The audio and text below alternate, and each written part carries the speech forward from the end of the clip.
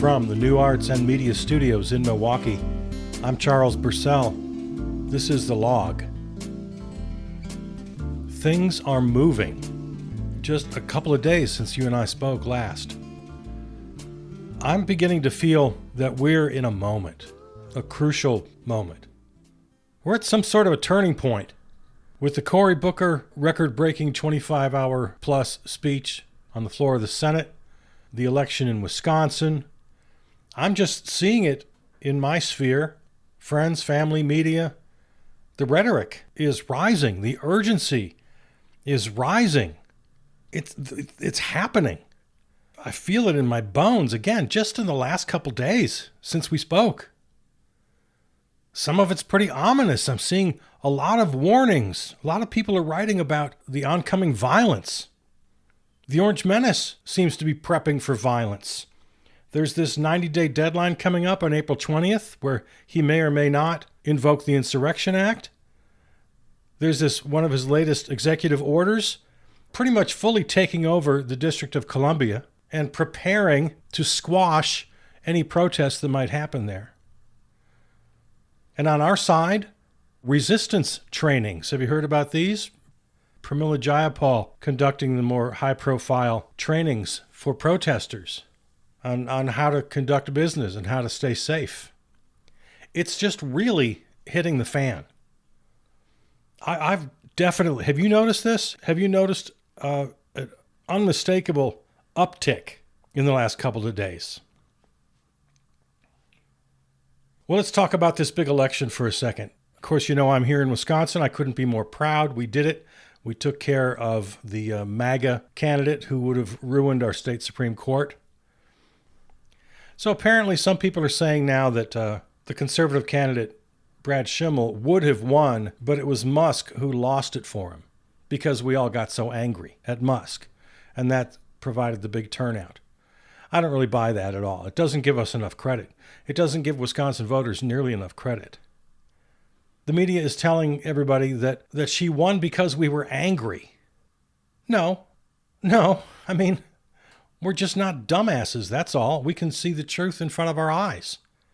This was a 10-point win. Just 2 years ago, the so-called liberal candidate had an 11-point win. No, we know what we're doing. It's not just because we're angry or emotional or mad at Elon Musk. We know what we're doing. Look at the margins in Florida in those couple of House races. Yeah, sure, the Republicans still won, but they cut the margin from, it was like 30 last time in one of the districts. I think that was down to close to 10. That's quite a swing. Yeah, people know what they're doing. So, congratulations to Wisconsin. And on behalf of all the Wisconsinites, I say to you, you're welcome. So one of the things I see in our current threshold moment, a big, big win for democracy here in Wisconsin. And we need it because the regime is just, this lawless regime is just spiraling. I haven't got the time or, frankly, the stomach to go into details about a lot of this. But just a quick rundown of what they're up to. They're definitely after federal elections, another executive order, another lawless executive order, targets mail-in ballots, going to require proof of citizenship in federal elections. They can get real sticky and tricky with the exact name on your ballot versus the name on your ID versus the name on... In other words, they want to disenfranchise about 20 million women who changed their name when they got married and just make it tough for poor folks and older folks. So yeah, they're definitely messing with election law. Trump administration is moving to end union rights for many federal workers, just like Scott Walker did 10 years ago here in Wisconsin. Another thing that our new Supreme Court might be able to do something about. The Orange Menace is trying to shape the federal courts in his image. His personal attorney, Alina Habba, remember her, named as U.S. Attorney for New Jersey. So just install your own personal team into the federal judiciary. Mike Johnson and the MAGA repugs in Congress, in the House, are talking about firing judges, eliminating whole districts. Oh, we can do that, Mike Johnson says. Another lawless executive order takes aim at the Smithsonian, just like he did at the Kennedy Center, Institute for Museums and Libraries. Now the Smithsonian taken over by MAGA. Got to make sure it reflects the white supremacist, nationalist MAGA agenda. Yeah, this is all just within the last couple of days. You and I spoke on Monday.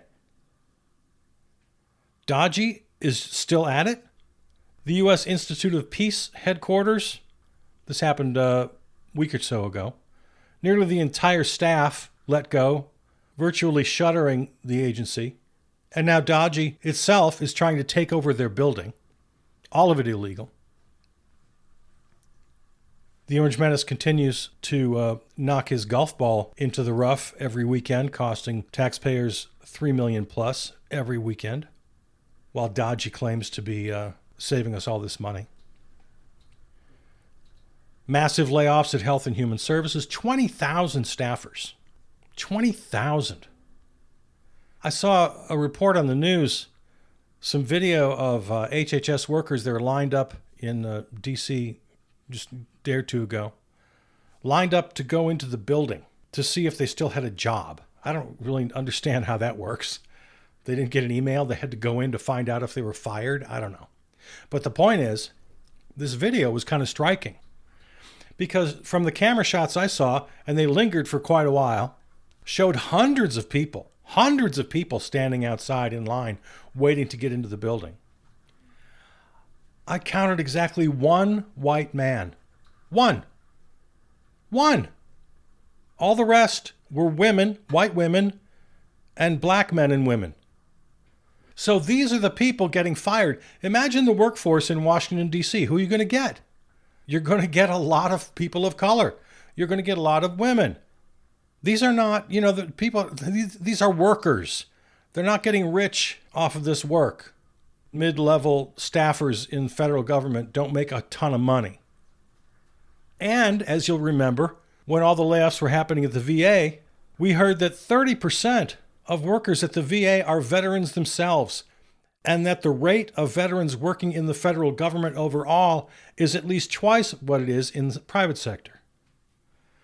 So it's no accident that the people getting laid off by the tens of thousands are primarily women, veterans, and people of color. Speaking of HHS, we didn't talk about this last week, but RFK Jr. forced out a guy named Peter Marks, who apparently is one of the top scientists in America, the FDA's top vaccine scientist, forced to resign. He rebuked Kennedy for seeking, quote, subservient confirmation of his misinformation and lies about vaccines. Yeah, wrote a pretty potent letter of resignation, laying RFK Jr. flat. Yeah, we could spend 20 minutes just talking about RFK Jr. He's out making headlines too. He's ordered some bogus study about the links between vaccines and autism, which has been debunked for the last 25 years. He's not recommending vaccines for all the people in Texas and now around the nation dealing with this terrible breakout of measles. He keeps saying, oh, it's a personal choice. Refuses to even recommend. Oh, just have a little extra vitamin A, have some cod liver oil and an avocado. Yeah, they're spiraling. This regime is spiraling faster and faster.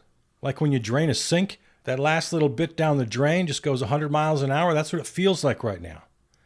17 more renditions to El Salvador using this bogus Alien Enemies Act, defying 2 separate court orders. The administration admitted that they made a mistake with one of the original 230-some, a clerical error they called it.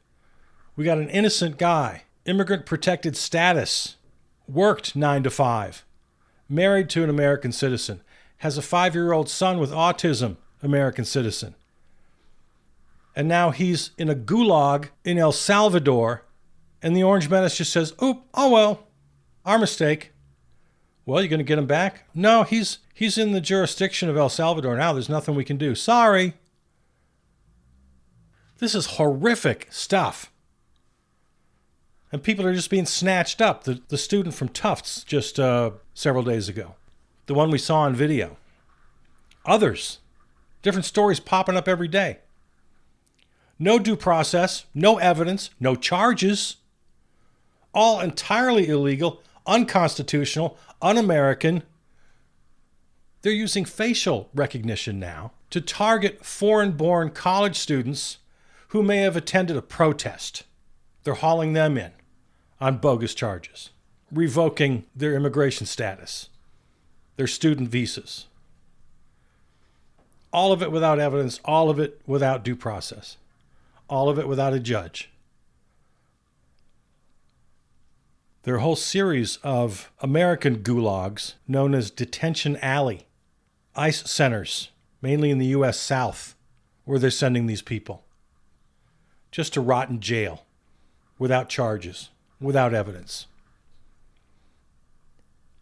And if they can do it with an immigrant here on protected status, if they can do it to a permanent resident here with a green card, that is just half a tick away from you and your citizenship. They can do this to you. They can do this to anybody. There have been a couple of cases of citizens, American citizens, swept up in this chaos. So yeah, are we at a watershed moment? Are we at an inflection point? Are we on some sort of threshold? I believe we are. And this is all the downside. The upside of this moment is that the resistance is getting stronger. Certainly the rhetoric is. We'll talk about Cory Booker in a minute. But there are two items that really got my attention. And you'll hear more about this in coming days. I'm sure you will if you haven't already. April 20th is a big day because it's 90 days from the inauguration. And the Orange Menace signed an executive order on his first day in office appointing this commission or study group. And he said you have 90 days to recommend whether or not we should invoke the Insurrection Act based on this so-called invasion at the border, or, looking ahead, if there are some sort of mass demonstrations and rallies in the streets, if there are protesters, because he's anticipating that, of course. So on April 20th, things could really hit the fan. The people I've been reading are expecting it. Now, I don't know. But they're expecting him to invoke the Insurrection Act, which gives him widespread powers, emergency powers. He can do about anything he damn pleases. He already does what he damn pleases. Now he's going to have the Insurrection Act at his back, and he'll use that to go to the courts and say, yeah, I can arrest people without charges, citizens or otherwise. I can send them to a Louisiana jail just for protesting. And the thing is, just like you and I have spoken about many times, he wanted to do this on January 6, 2021. But Antifa and pro-democracy folks didn't take the bait. He wanted mass counter-protests to go up against his Proud Boys and et al. He wanted violence. He wanted an excuse. He was all ready. He was all set to invoke the Insurrection Act and just take over, thereby indefinitely postponing the certification of votes making Joe Biden president. That was his plan that failed. And this is the same plan now. He wants violence. Another executive order deals specifically with the District of Columbia. The federal government now, according to this order, again, unlawful, illegal, I have to keep saying that, but according to this, he alone has dictatorial power over the District of Columbia. They couched it in language about making the district safe and beautiful. But it changes federal law to allow, quote, pre-trial detention. You hearing this? Pre-trial detention of criminal defendants.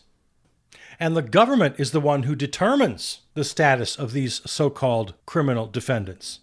The government determines who poses a genuine threat to public safety. So in other words, if you decide to carry a sign and protest on the streets of Washington, D.C., the President of the United States, the new dictator, can just haul your ass into jail without charges indefinitely. Oh, he's ready. He names specifically these sort of landmarks and places where protests are bound to happen, where banners are displayed. Yeah, this whole thing, it's very pretty language if you read it. All preventing crime, punishing criminals, preserving order. No, it's all about putting all his ducks in a row. This DC Safe and Beautiful Task Force, as it's called, will include the FBI, the U.S. Marshals, Bureau of Alcohol, Tobacco, and Firearms, the D.C. U.S. Attorney's Office, the Maryland U.S. Attorney's Office, the U.S. Attorney's Office for the Eastern District of Virginia. They got everybody under their thumb now. They're calling the shots. It can require the assistance, the cooperation of all local police departments, the Metropolitan Police, the Transit Authority, State Parks Police, Amtrak. Everybody's under their thumb now. The language of this executive order is filled with this sort of vague language, like this one, giving them the right to arrest, detain, quote, individuals who pose a genuine threat to public safety. Yeah, that could be anything. More robust local law enforcement presence. The task force shall report to me as necessary through the Assistant to the President and Homeland Security Advisor regarding safety in the District of Columbia. Yeah, this is dictator stuff, absolutely. And he's getting ready for violence. We are at a moment.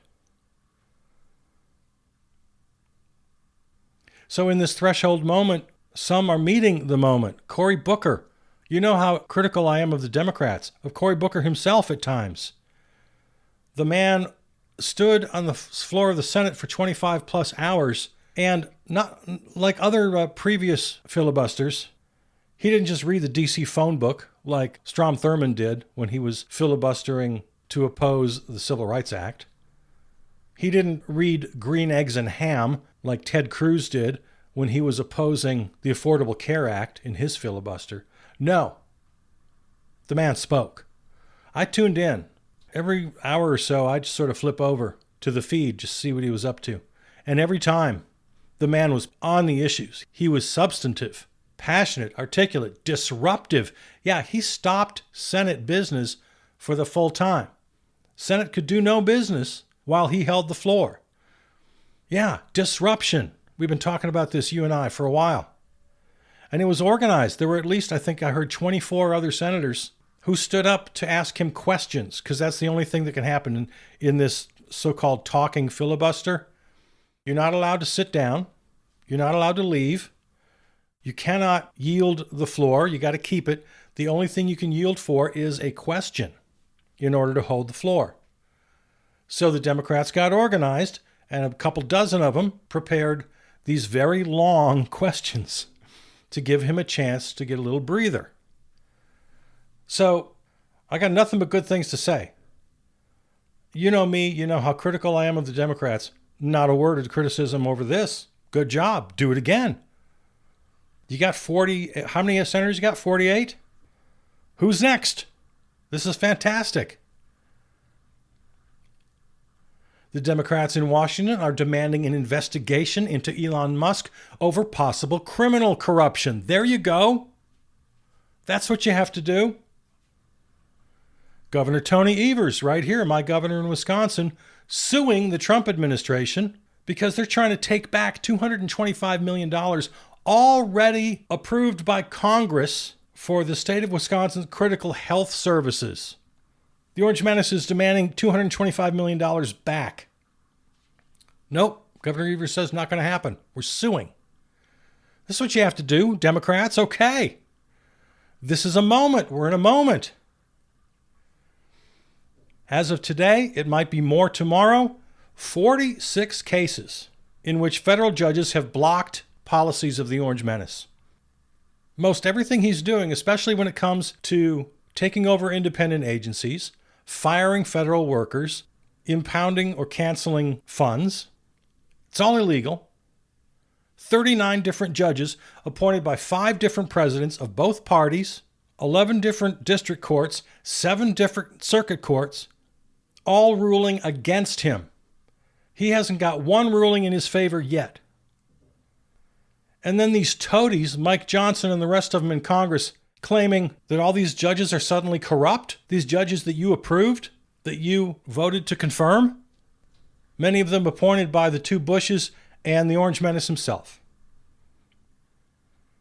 We're in a moment on both sides. The lawless regime is spiraling out of control, and the opposition is finally finding some legs.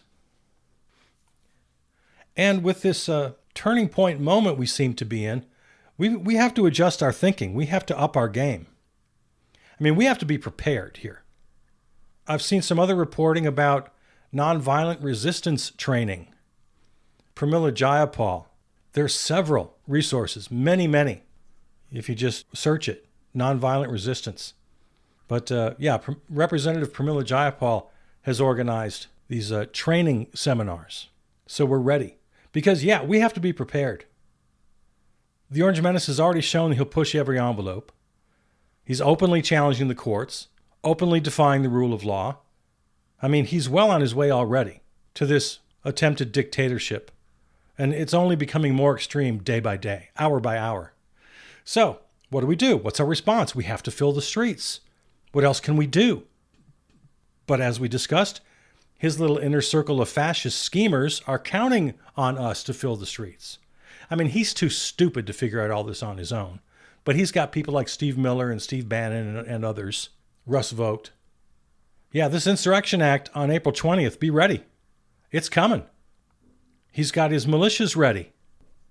When he gives them the go-ahead, the Proud Boys and the 3%ers and the rest of them will hit the streets, will infiltrate our mass protests, giving him that excuse, giving him the rationalization for the Insurrection Act, and then his autocratic emergency powers.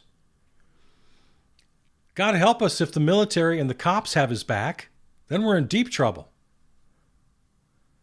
So I'm kind of adjusting my thinking. I don't know. I'm on the fly here. You tell me, what do you think? How do we respond to that? Well, one thing, we just have to make the demonstrations so immensely massive, millions upon millions of us, that they're just literally too big to control. That'd be great. I'm thinking, and again, I'm kind of thinking on my feet here. I don't know. My thinking is evolving. Maybe we have to put more and more effort into the other side of it, the boycotts and the strikes. Because one way or another, we have to bring the oligarchs to their knees. They're the ones greasing the wheels for the dictator and his little gang. Money makes the world go round, and it makes their world go round. So maybe we have to put more emphasis. Well, not maybe. I think we do. I really think we have to put much, much more emphasis on the boycotts and the strikes. The teach-ins and the die-ins and the sit-ins and the rallies and the protests and the mass turnout. Yes, that's all great, but it's dangerous. In a way, it's playing into their hands unless, again, we're so massive that they can't do anything about it. I really think it's time that we put much, much more emphasis, the central emphasis, on total boycotts, total strikes, indefinite, starting right now, starting today. Because we're fully justified, of course.